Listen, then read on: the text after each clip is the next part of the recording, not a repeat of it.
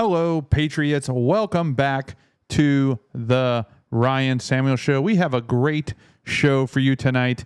The libs have officially lost their minds, I believe. I mean, they've always been a little crazy and kooky, but ever since Donald Trump and RFK Jr. came out and expressed some concerns about Tylenol and its effect on pregnant women, and possibly related to autism, there is a massive protest, and you have pregnant liberals downing bottles of Tylenol, which is insane, absolutely crazy. Absolutely insane. We're going to talk about it. There's a lot of expert opinions on this. We're going to listen to the speech. We're going to go over that. And then Google just dropped a nuclear bomb on the Biden administration, admitting that the Biden administration wholeheartedly interfered with content that was placed on YouTube. That is a massive deal, particularly with the boycott that we've seen with Jimmy Kimmel and the whole left side of the aisle is like, oh, this is censorship. It's not censorship. We covered that on this show. We will cover it again. But the Biden administration threatened them.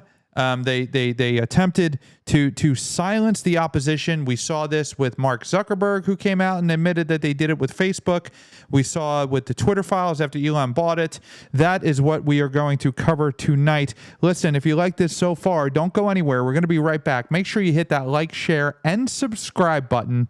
And do not forget to follow the show. If you're not following the show, follow the show. We are live every Monday through Friday at 9 p.m. We'll be right back. Do not leave. Very short. Hey, Ryan. Hi, this is Sarah Palin. Ryan, Donald Trump Jr.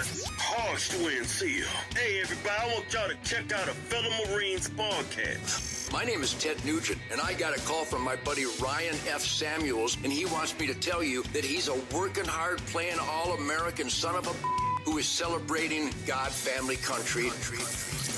Welcome to the Ryan Samuel Show, one of the top political podcasts in the United States, where we have a healthy distrust for government and mainstream media. The Ryan Samuel Show is a raw, unfiltered look at American politics. Follow on Facebook, Twitter, YouTube, Rumble, and all podcast platforms. Here is your host, Ryan Samuels.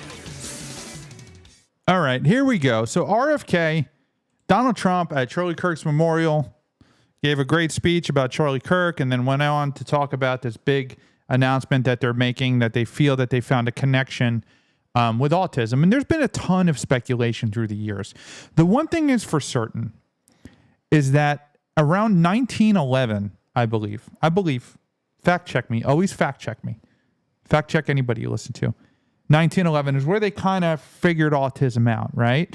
And then it was like a handful of cases, and now today it's up to like 10,000 cases or something. It started off with like 100 cases, then now it's tens of thousands of children are getting some form of autism, and that's substantial. So what happened since the beginning of time until now? Why is it so much more prevalent? And you know, it's important to be honest about this and ask this question. It's just a simple question.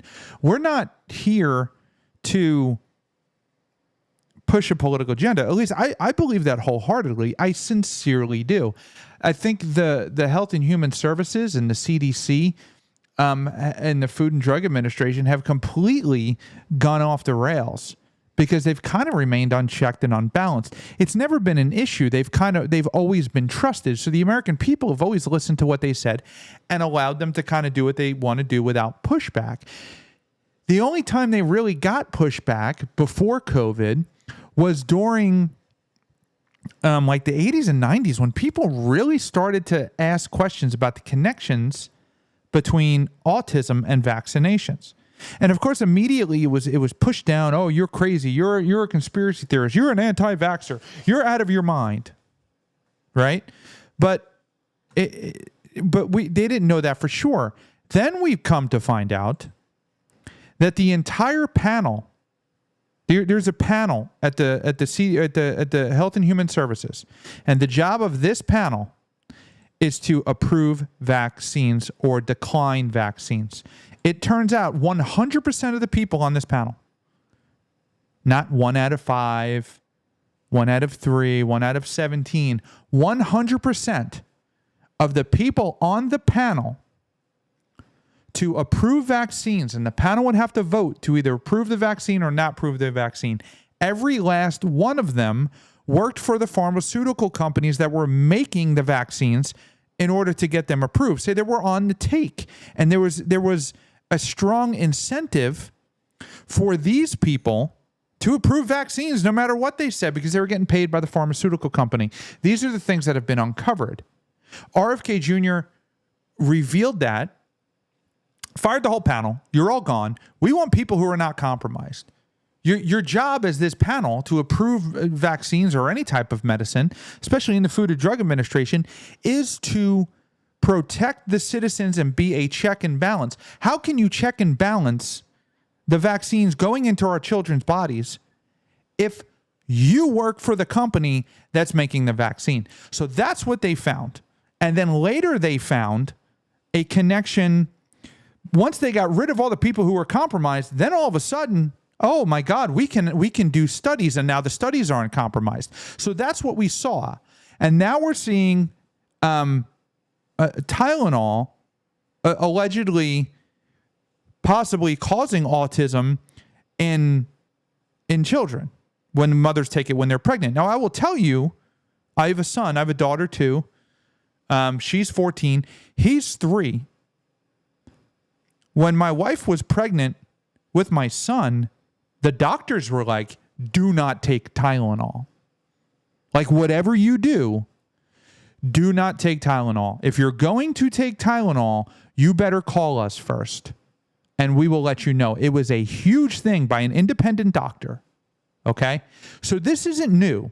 This isn't some kooky stuff that RFK Jr. just kind of made up in his office one day because he had nothing to do. This has kind of been a thought process in the medical field. And obviously, when you're pregnant, the things that you intake, the baby intakes. And if you're a 120-pound woman and your baby is inside of you and weighs a pound or 2 pounds, obviously, if you take Tylenol, the baby's taking Tylenol. If you take anything, if you take Ritalin, if you take like blood pressure medic, like no matter what it is, no matter what you're putting in your body, the baby receives. So it's logical to believe that a chemically manufactured substance may not necessarily be healthy for a baby, right? So that's what we're dealing with, and the libs are losing their minds. They're completely losing their minds. Here is RFK Jr. in this big announcement that Donald Trump had put on the schedule. Important findings from our autism work that are vital for parents to know as they make these decisions. First, HHS will act on acetaminophen. The FDA is responding to clinical and laboratory studies that suggest a potential association between acetaminophen use during pregnancy and adverse neurodevelopmental outcomes, including later diagnosis for ADHD and autism. Scientists have proposed biological mechanisms linking prenatal acetaminophen exposure to altered brain development. We have also evaluated the contrary studies that show no association. Today, the FDA will issue a physician's notice about the risk of acetaminophen during pregnancy and begin the process to initiate a safety label change. HHS will launch a nationwide public service campaign to inform families and protect public health. FDA also recognized that acetaminophen is often the only tool for fevers and pain in pregnancy, as other alternatives have well-documented adverse effects. HHS wants, therefore, to encourage clinicians to exercise their best judgment in the use of acetaminophen for fevers and pain in pregnancy by prescribing the lowest effective dose for the shortest necessary duration and only when treatment is required. Furthermore, thanks to the politicization of science, the safety of acetaminophen against the risk of neurodevelopmental disorders in young children has never been validated. Prudent medicine, therefore, suggests caution in acetaminophen use by young children, especially since strong evidence also has associated it with liver toxicity. Some studies That's well known. have also found the use of acetaminophen in children can potentially prolong viral illnesses. FDA will drive new research to safeguard mothers, children, and families. In addition to a possible acetaminophen connection to autism for pregnant women, infants, and toddlers, our research has revealed that folate deficiency in a child's brain can lead to autism. So basically what they're saying, and this is important, right? Words are important. They're not outlawing Tylenol. They're not saying pregnant women cannot take Tylenol. They're simply saying like, hey man, there's some risk to taking Tylenol. So we want to encourage physicians to make sure that if they prescribe it only when it's necessary, number one. And then they recognize that that women have fevers and when they're pregnant, and it's an issue. But I wonder what they did back in 1776. They didn't have Tylenol. They didn't have pain meds. I get it. I'm sympathetic to women. Trust me, I could never have a baby. It's just a question. It's just a question. Is it worth the risk of giving your child autism or ADHD? Now, ADHD is a totally different discussion that we can have, something I have some serious experience with. But the notion that this is outlawed, or that you're not allowed to have it, or that you shouldn't have it, it's criminally insane. It's criminally insane. There is serious evidence to suggest that Tylenol definitely has adverse effects on the child later in life. We believe that. This is Dr. Oz on Fox News. Okay, so this graph is from the CDC from the year of autism diagnosed before age 8. Especially heavy use of acetaminophen, and this is based on data that was compiled by the Harvard School of Public Health just several weeks ago in an important publication that looked at 46 prior studies. And it is true there have been some studies that have not shown a correlation, but there are many more that have shown a concern. Now, the question is, what do you tell families?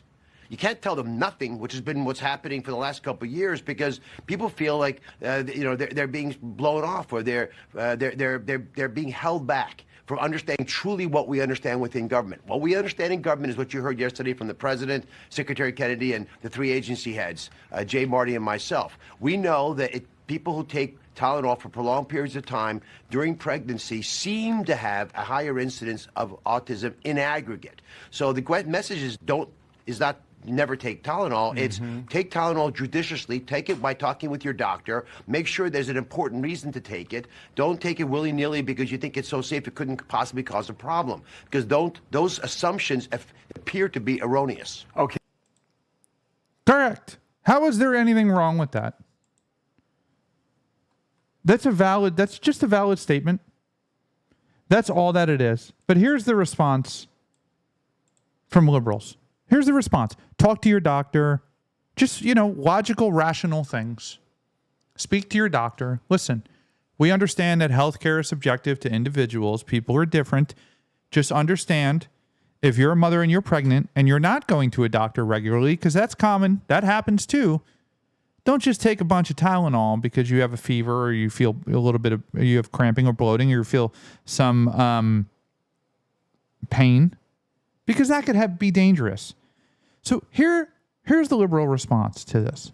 Just watch this. This is incredible. About to take Tylenol for my headache while pregnant because I don't take my medical advice from a man who doesn't have a degree in science healthcare. About to take Tylenol for my headache while pregnant because I don't take my medical advice from a man who doesn't have a degree in science healthcare or medicine, and who had a parasitic brain infection and was addicted to heroin for 14 years. Yeah, I'll trust my doctors who have their degree. Did your doctor tell you to take that? Did your doctor really just tell you to take that? I feel like you just made that up. to be cool. And you couldn't see her belly, which is fine. She may not even be pregnant. But look at this. Look at this. These people are unwell. Look at this.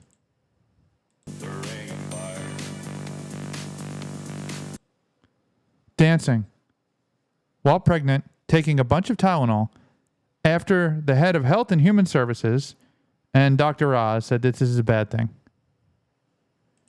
They could be wrong. They could be completely wrong. That's fine. Is it seriously worth the risk? Is it worth the risk? No. The answer is no. Hands down, 100% of the time, the answer is no. It's amazing. It's amazing. Here's another one. Look at this one. Me popping Tylenol while pregnant because WTF is the government going to do about it? Nothing. They were abundantly clear to you that they weren't going to do anything about it, that they just said, hey, you should probably not do that. It's not healthy and it could cause harm to your child. That's all. But the thing is that the CDC and RFK Jr., they didn't just sit around and say, we're going to do this. We're going after Tylenol. Because at the end, it wasn't them. So let's watch this. Let's read this. This is a statement from Andrea Baccarelli. She's an MD, PhD, Dean of Faculty, the Dean of Faculty, and Professor of Environmental Health at Harvard Chan School of Public Health. This came from Harvard. The far left extreme Harvard. Colleagues and I recently conducted a rigorous review funded by a grant from the National Institute of Health of the potential risks of acetaminophen use during pregnancy. We reviewed 46 previously published human studies worldwide. We found evidence of an association between exposure to acetaminophen during pregnancy and increased evidence of a neurodevelopmental disorders in children. This association is strongest when acetaminophen is taken for 4 weeks or longer. As we noted in our review, animal studies have independently suggested that prenatal exposure to acetaminophen can adversely affect the developing brain. This biological evidence lends support to the possibility of a causal relationship between prenatal acetaminophen exposure and neurodevelopmental disorders, including autism. Further, research is needed to confirm the association and determine causality. But based on existing evidence, I believe that caution about acetaminophen use during pregnancy, especially heavy or prolonged use, is warranted. At the same time, as the only approved medication for pain and fever reduction during pregnancy, acetaminophen remains an important tool for pregnant patients and their physicians. High fever can pose risks to both the mother and the fetus, including neural tube defects and preterm birth. After assessing the evidence, my colleagues and I recommend a balanced approach based on the precautionary principle. Patients who need fever or pain reduction during pregnancy should take the lowest effective dose of acetaminophen for the shortest possible duration after consultation with their physician about their individual risk-benefit calculation. I discussed our scientific findings and this recommendation from the review article with Health and Human Service Secretary Robert F. Kennedy Jr. and NIH Director Jay Bhattacharya in recent weeks and appreciate their interest in this study. This came from Harvard. This is not something the CDC just decided to do because they felt like it. If the Trump administration came out and said air is bad or breathing breathing is good. Make sure you get enough oxygen. The left would wrap plastic bags around their head. And we wouldn't see, we'd see libs passing out all over the place. Okay? It's completely insane. Completely nuts to watch Democrats protest this by doing the opposite and taking Tylenol when they shouldn't be taking Tylenol. Let's watch this clip from CNN. The Amish, yeah, virtually. I heard none. See, Bobby wants to be very careful with what he says, and he should, but I'm not so careful with what I say. But you have certain groups. The Amish, as an example, they have essentially no autism. First, effective immediately, the FDA will be notifying physicians that the use of acetaminophen, acetaminophen. He, of course, got a ton of flack for this because he can't pronounce acetaminophen. That's fine. He's not a doctor. He's delivering a message that's coming from the CDC or the FDA. Okay. Which is basically commonly known as Tylenol. During pregnancy can be associated with a very increased risk of autism. So taking Tylenol is not good. All right, I'll say it. It's not good. For this reason, they are strongly recommending that women limit Tylenol use during pregnancy unless medically necessary. That's, for instance, in cases of extremely high fever, that you feel you can't tough it out, you can't do it. I guess there's that. It's a small number of cases, I think. But if you can't tough it out, if you can't do it, that's what you... Acetaminophen. Yeah, I mean, he's completely right about the Amish. The Amish are like superhumans, and they have been unable to really explain why for years. Nobody has been able to explain it. They live longer. I would argue that, number one, they're living as a natural human being should live, right? You should be living off the earth. To think about if you were in primitive times, the way that your body was designed to live. It wasn't designed to eat a ton of processed food and additives and taking chemicals that are manufactured in a lab, and they put a FDA title on it and they call it Tylenol or acetaminophen or Ritalin or all these other things that we put into our bodies on a daily basis. Processed cheese filled with nitrates and all this sort of just garbage that's killing you, right? That's our diet.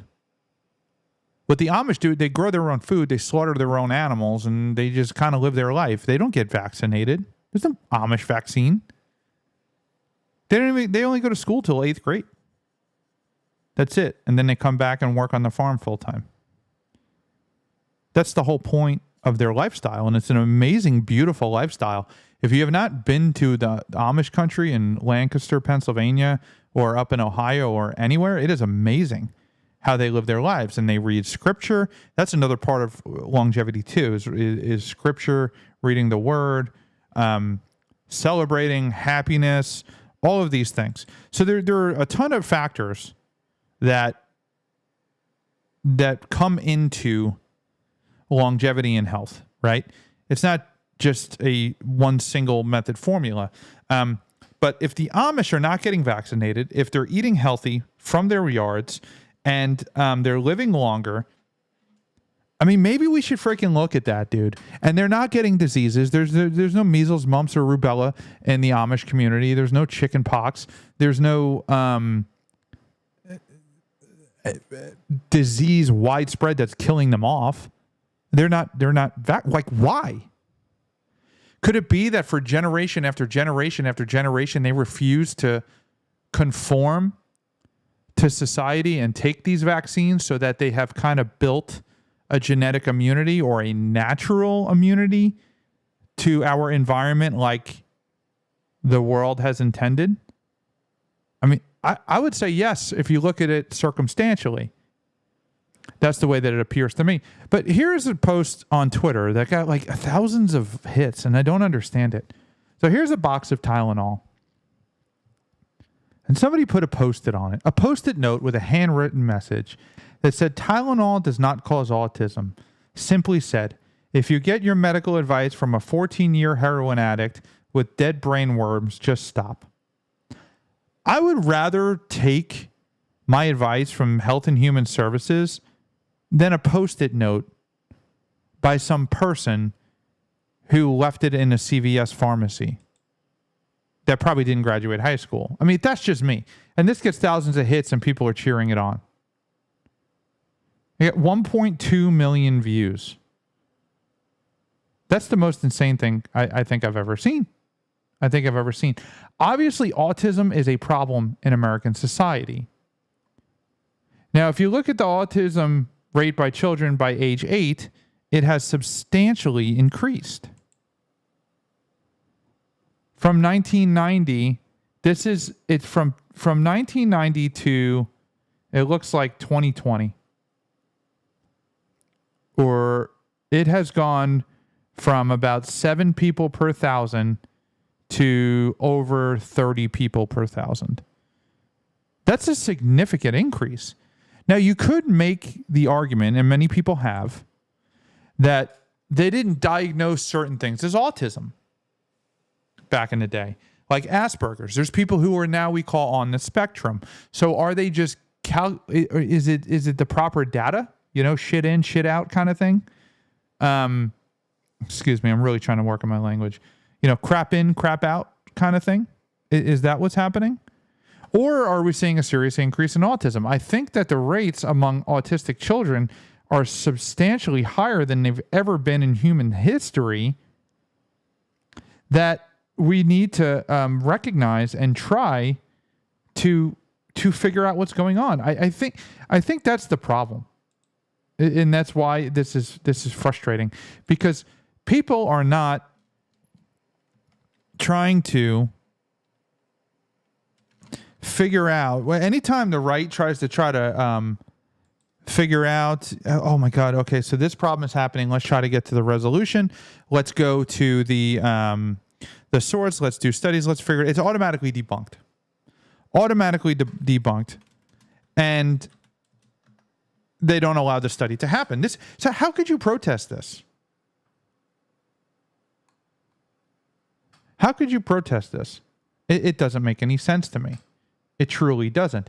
But this is what the left does. Anything that the right does, they're just going to oppose. No problem whatsoever. And we're going to go from there. Now, there's been a lot of debate about Jimmy Kimmel. Jimmy Kimmel was on the air, right? He had a show. Then he made a comment. He straight up lied to the American people and said that the person who killed Charlie Kirk was a MAGA Republican, right? It was, and then said that the Republicans are trying to clear this up as to who he completely lied. And hey, Kimberly, yes, I am on YouTube. It's hard to watch me on YouTube because my channel keeps getting taken down. But you can watch it on YouTube, The Ryan Samuels Show. You can find it there, or Rumble, or just listen on the podcast. But the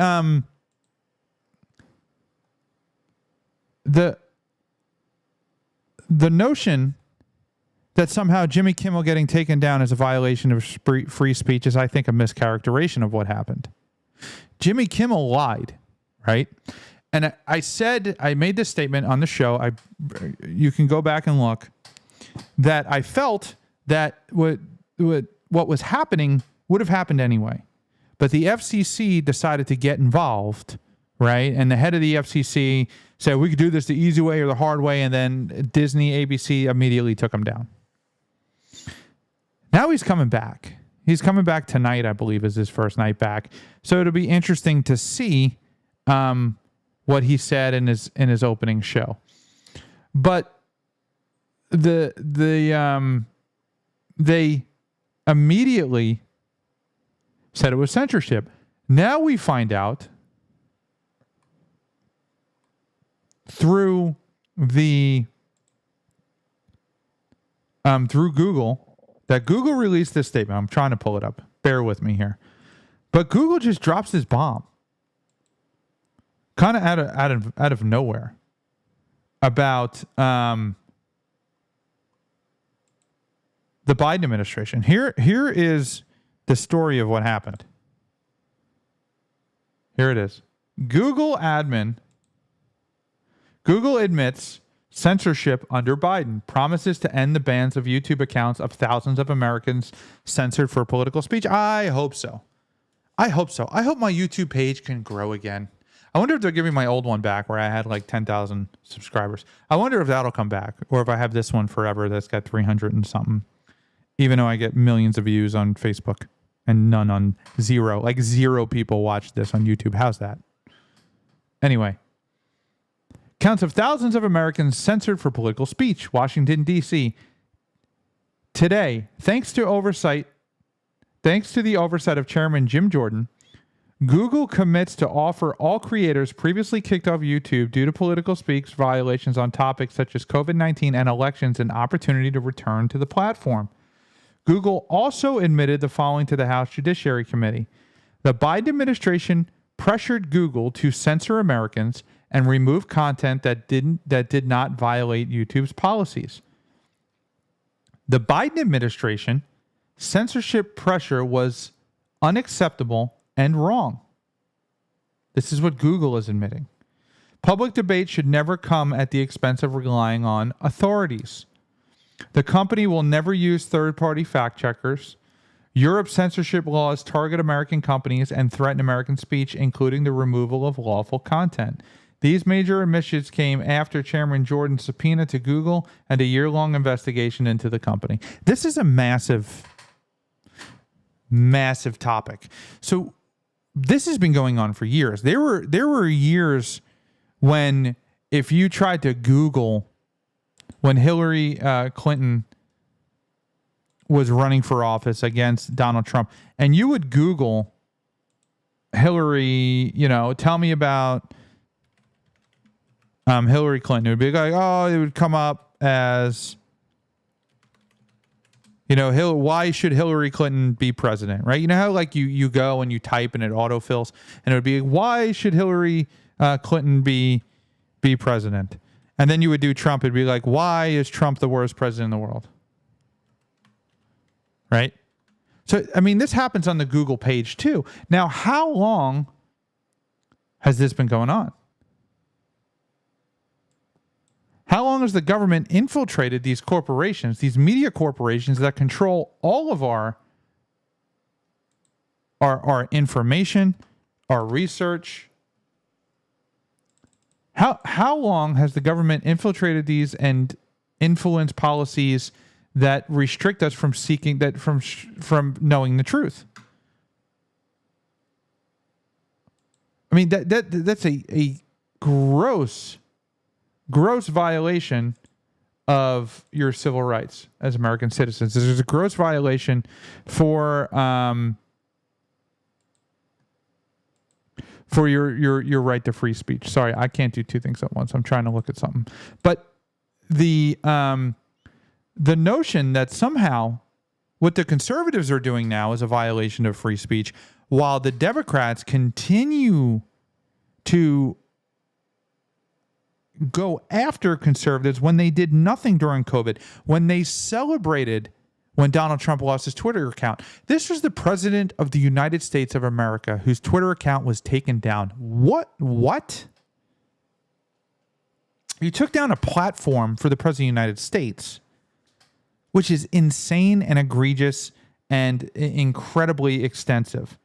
And I can't fathom how people could celebrate that. And they say, oh, well, it's hate. No. It's not hate. There's no such thing as hate speech. There's no such thing as hate speech. The only thing that there is speech. And if you have to put a different category before it, then it's not going to make it, that's still speech. It's freedom of speech. Like hate speech, like it doesn't friggin' matter. It doesn't matter. So we're going to look at this a little bit further. So Jimmy Kimmel, it's interesting. I'm very interested to see where this goes, because Jimmy Kimmel was removed from the air by ABC. Then now he's been put back on the air.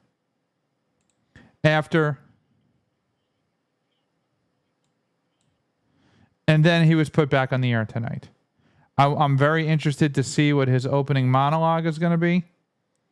I want to see the. I'm trying to look for the video. I want to see if he's going to apologize. Should he have to apologize? I think he should. I think here's the video. So just a refresher as to what he said, right?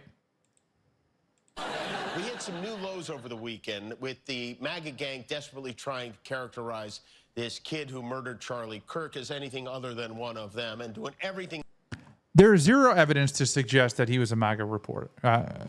There's zero, not even a shot. There's no arguing it. There's no twisting it. But they're going to try to do it anyway. The guy literally wrote, "Hey, fascist, catch," on the bullets. Okay?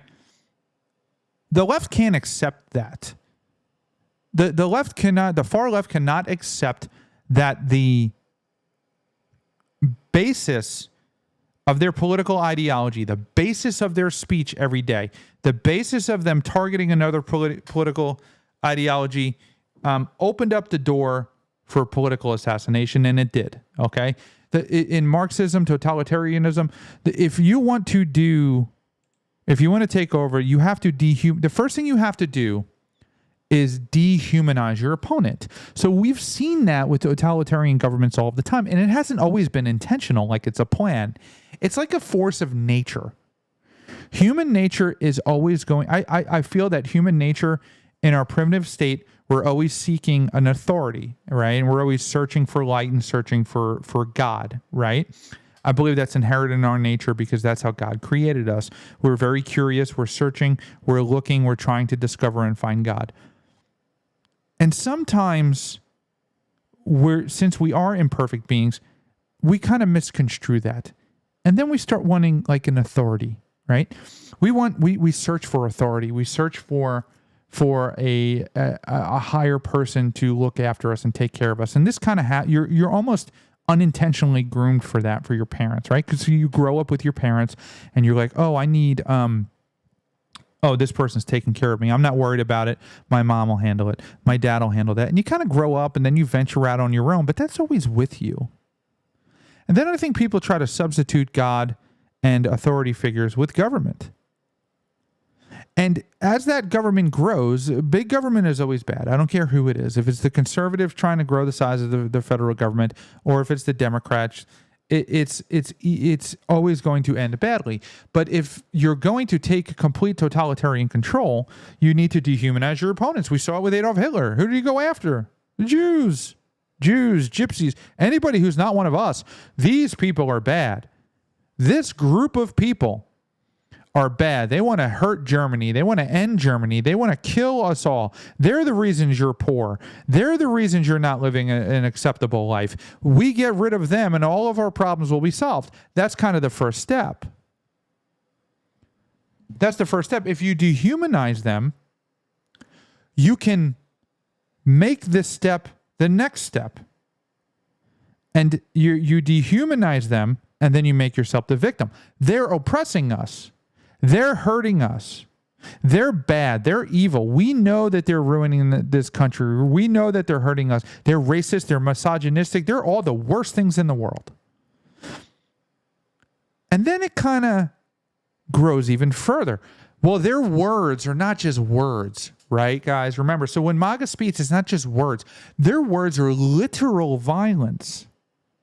So when they speak, it's actually violence against you. So there is no blurred line anymore. The blurred line is gone. It's actual physical violence. And you have a right to defend yourself against that violence. So what does that tell you? a member of this group that you've dehumanized. They're not human. They're rats or whatever you want to call them. Low lives, racists. They don't matter. They don't count. Their lives don't matter. We get rid of them. It's easier to kill that person. So you create an atmosphere where the other side is not human. The other side is intentionally coming after you and intentionally ruining your life and hates you and wants you dead. And now the other side, the Republicans are not, they're not committing violence against Democrats anywhere. They're not out burning cities and hurting people and seeking them out. That, you know, they've gone so far as to create that. Jesse Smollett created that situation. They said, oh, these guys are MAGA hots, poured bleach on me and said, this is MAGA country. Nah, that never happened. He got caught lying. So they have to create that. That's part of the theater, right? But you kind of open up that atmosphere where words are violence, killing them is acceptable, hence all the celebrations. So that's how totalitarianism comes to power. The persecution of one group of people. And it happens to be, in our country today, it's the persecution of the conservatives who support the current administration. They've been dehumanized. They've been the ones beating you down. They're the reasons you can't hold a job. They're the party of billionaires. They're the party of relieving taxes for billionaires when billionaires should just give you your money.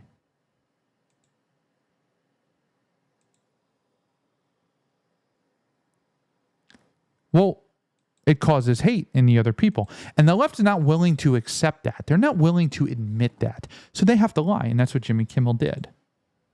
They can to score political points from it. In between the finger pointing, there was grieving. On Friday, the White House flew the flags at half-staff, which got some criticism. But on a human level, you can see how hard the president is taking this. My condolences on the loss of your friend Charlie Kirk. May I ask, sir, personally, how are you holding up over the last day and a half, sir? I think very good. And by the way, right there, you see all the trucks? They've just started construction of the new bowl. So that was it. And it wasn't... The FCC did not have to say anything for him to get taken off of the air. But they did, and they soiled the whole thing. Had it just been these conglomerates making these decisions, then that's where we would have been. So the decision has been made to let him back on the air. I don't know why. I really don't know why. I have no clue as to why. But he's back on the air, and that's honestly, it's okay with me. I don't really care. I don't watch Jimmy Kimmel. Jimmy Kimmel gets less views than this show. How, like, I don't understand how they're even there. I really don't understand how they're even there. But the issue is now these conglomerates, the people who own the rights to distribute his show in regions, millions of people, right? There's two of them. There's, I think, Sinclair and then Nexstar. They're still refusing to air the show. And that was the reason he got taken down to begin with. So he's got some problems. Disney and ABC have some problems. Jimmy Kimmel's show is horrible. There is nothing. There is absolutely nothing. No reason to get Jimmy Kimmel back on the air. I mean, the guy's not producing anything. And of course, I mean, the left is just so desperate to try to tie this killer to MAGA, and it's not going to happen. That they're sharing this video. Feds coming up short. Feds coming up empty and attempting to link Kirk shooter to left-wing groups. Now, they're very good at spin in their propaganda, okay?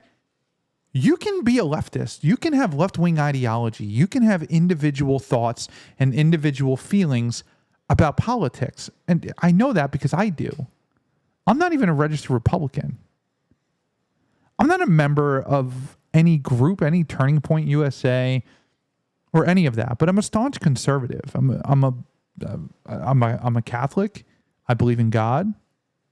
I believe that Jesus was here and died for our sins I have a certain set of beliefs. I believe in Judeo-Christian values. I believe the Second Amendment shall not be infringed. I believe in free speech. I believe in limited government. I believe in 99% of what the Republican Party believes. But I'm not a member of a group. So does that mean that I am not a Republican? No. It's stupid. It's an illogical concept to try to place on people, but your average person just skims it and doesn't even think, oh, well, no, he wasn't linked to anything. He wasn't linked to anything. And it's like, he didn't have to be linked to anything. There is zero reason to believe that he is anything other than a leftist. And you can be a leftist without being registered that way. Like I said, I am not a registered Republican. I'm not a registered Republican. But you listen to the show, right? Am I a Republican? Do I have serious Republican values and serious Republican viewpoints? Yes. So I don't care if Tyler Robinson was associated with any groups. I could care less. It's got nothing to do with me. I know he was. And their desperate attempt to try to spin it off of them is suspicious. Why? It happens, dude. I mean, man, we had Timothy McVeigh. That was not a good situation. I disavow it. But he was definitely part of the radical right.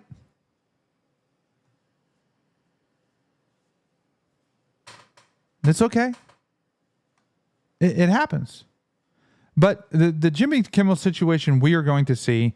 But my point is, kind of all over the place tonight.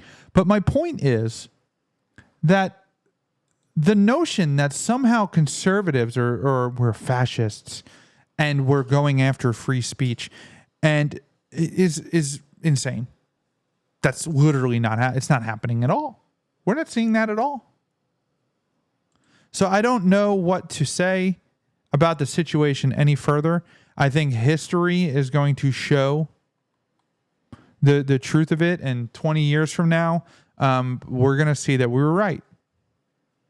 We're going to see that I was right, which I usually am, by the way. No, I've been wrong plenty of times. So I'm glad to see that we have a very united right side of the aisle. I'm glad to see that the Republicans have taken the higher road for years. They have. I'm happy to see that we have not seen any incidents after Charlie Kirk was murdered in cold blood by a leftist lunatic. I am very happy to see the right side of the aisle coming together and strengthening the cause for life, liberty, and the pursuit of happiness. I'm totally glad. I'm grateful for that. But that is all for tonight. Thank you so much for tuning in. Listen, if you made it this far and that you're at the end of this podcast and you heard the entire show, thank you so much for being a devout listener. I really thank you. My family thanks you. Download the podcast. So there's a little arrow, right? You gotta in the episode, you gotta hit the 3 dots and then you gotta hit download. The podcast is measured on downloads. The podcast is not measured when you listen. There's no way to track that, right? So our data comes from downloads. We do have some new cities I want to give a shout out to. I need to really start doing this at the beginning of the show and talk about everybody that has come and where they have come from. So we have 48 countries and territories, new ones, and 1,100 new cities. So we have York, Pennsylvania, Hillsdale, Michigan, Surrey, British Columbia, Chalmette, Louisiana. Guys, welcome. I hope you're here. Number 1 country who listens to the Ryan Samuel Show is the United States of America. Let's give it up. America. That's what's up. Yes, take a bow. America. Chile is number 2. Then Australia. G'day, mate. Listen, I love Australia. I think you guys are basically British conservatives. I love it. You're like British rednecks. The greatest thing ever. I love Australia. Canada, United Kingdom, and Singapore. So thank you all for so much. I'm so happy to see that this podcast has spread throughout the world. We also have Finland, Spain, Ireland. I love that. My grandmother would be proud. Her last name was Kelly. And Sweden, Denmark, Norway, France, India, Croatia, Japan, Israel. Love you guys. Pray for you every day. South Africa, Italy, Hong Kong, Netherlands, New Zealand, Brazil, the Philippines, Mexico, Turkey, Qatar, Malaysia, Somalia, Greece, Nigeria, Switzerland, Saudi Arabia, Tunisia, Indonesia, Thailand, Vietnam, St. Pierre and Miquelon, Faroe Islands, Bahamas, Madagascar, Costa Rica, Uganda, Myanmar, Iceland, Iran. Don't get caught listening to this show. But thank you so much, all of you. I appreciate it. Number 1 city, Atlanta, Georgia. You guys are killing it in the ratings. Miami, Florida. Allentown, Pennsylvania. Dallas, Texas. Charlotte, North Carolina. Chicago, Illinois. Knoxville, Tennessee. Thank you guys so much. I'm truly blessed to be here. I hope to see you tomorrow night. Thanks for tuning in to The Ryan Samuels Show. Don't forget to like, share, and subscribe.